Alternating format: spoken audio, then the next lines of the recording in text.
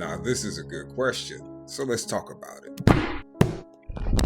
Okay, so clearly we have two different models we're going to be working with, and the first one we're going to be talking about is the traditional church model, starting with the Friday of crucifixion. Then we go on to the Saturday, the Sabbath, where he rested, and then we go on to the Resurrection Sunday that we all know about. This is the model that we're all taught in church, but is this the correct one? Let's do some research. Let's go over what Pesach or Passover actually is. Passover isn't an entire week like some people think. It's one specific day to specify the lamb being slain.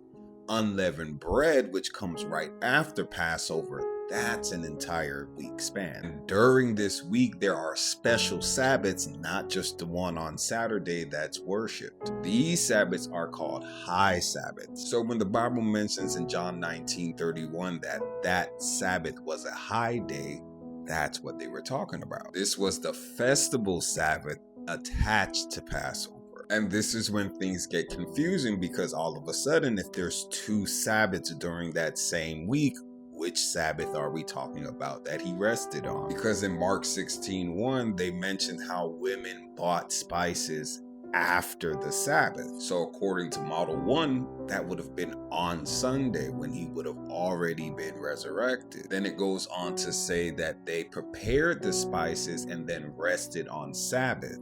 That would have only worked if there were two Sabbaths that week. Now we have timeline 2, where we're talking about the biblical timeline. Now let's go over this verse here in Matthew, where we're going over Matthew 12:40. For just as Jonah was in the belly of the great fish for 3 days and 3 nights, so the Son of Man will be. So now we have this timeline set up. So we have the crucifixion on Wednesday. We have the first Sabbath that we spoke about on that Thursday. Then Friday would have been a regular day. Then on Saturday would have been the weekly Sabbath, the second Sabbath.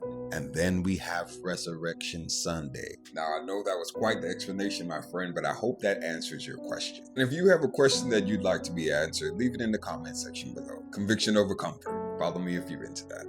Shalom.